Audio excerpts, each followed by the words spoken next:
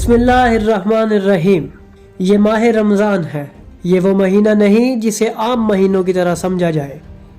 اس کے بارے میں اپنی سوچوں، اپنی رائے اور اپنے الفاظ کو چھوڑ دو، کیونکہ جو حقیقت ہے وہ اس سے کہیں بڑھ کر ہے۔ رسول اللہ صلی اللہ علیہ وآلہ وسلم نے فرمایا، رمضان مت کہو بلکہ ماہ رمضان کہو، کیونکہ تم نہیں جانتے رمضان کیا ہے۔ بلا شبہ رمضان اللہ کے ناموں میں سے ایک نام ہے۔ یہ وہ مہینہ ہے جس میں دنیا کے لیے سب سے بڑی ہدایت نازل کی گئی، وہ کتاب جو صرف الفاظ کا مجموعہ نہیں بلکہ حقیقت کا آئینہ ہے۔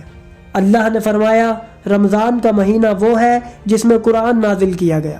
ناظرین، یہ وہ وقت ہے جب ہر عبادت، ہر عمل، ہر لمحہ وزنی ہو جاتا ہے، جب جنت کے دروازے کھول دیے جاتے ہیں، جہنم کے دروازے بند کر دیے جاتے ہیں اور سرکش شیاطین قید کر دیے جاتے ہیں۔ رسول اکرم صلی اللہ علیہ وآلہ وسلم نے فرمایا، رمضان میری امت کا مہینہ ہے، شعبان میرا مہینہ ہے اور رجب اللہ کا مہینہ ہے۔ یہ وہ مہینہ ہے جس کی تیاری ضروری ہے۔ یہ وہ وقت ہے جب اہل بیت کے فرامین کو سمجھنا، ان پر عمل کرنا اور ان کے ذریعے قرآن کو پہچاننا ضروری ہے، کیونکہ قرآن اور اہل بیت ایک ہیں۔ جو ان سے الگ ہوا وہ حقیقت سے بھی الگ ہوا۔ ناظرین، جعفر بن محمد علوی نے امام حسن عسکری علیہ السلام سے سوال کیا، روزے کیوں فرض کیے گئے؟ ان کی علت اور حکمت کیا ہے؟ امام نے فرمایا، اللہ نے روزے اس لیے واجب کیے ہیں تاکہ ثروت مند لوگ بھوک کا احساس کریں اور بے نواؤں اور فقیروں کی خبر لیں۔ یہ روزے صرف عبادت کا ایک ظاہری عمل نہیں بلکہ ایک تربیت ہے، ایک احساس ہے، ایک قربت ہے۔ ناظرین، حضرت امام علی رضا علیہ السلام نے فرمایا، ماہ رمضان کے چاند کے دیکھنے کے ساتھ اس کے روزے واجب ہو جاتے ہیں، اور یہ روزے اس وقت تک رکھنے چاہیے جب تک ماہ شوال کا چاند نظر نہ آ جائے۔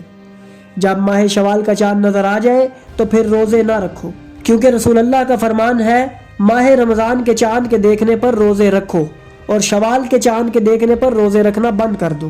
ناظرین، رمضان کا مہینہ چاند کی رویت سے شروع ہو جاتا ہے اور چاند ہی اس کے اختتام کی خبر دیتا ہے۔ یہ وقت کا وہ حساب ہے جو اللہ نے مقرر کیا اور جسے رسول اللہ صلی اللہ علیہ وآلہ وسلم نے واضح کیا۔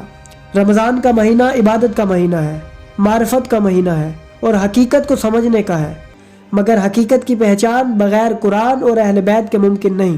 ناظرین، رسول اللہ صلی اللہ علیہ وآلہ وسلم نے فرمایا، میں تمہارے درمیان دو عظیم چیزیں چھوڑ کر جا رہا ہوں، ایک کتاب اللہ اور دوسری میری اطرت، میری اہل بیت۔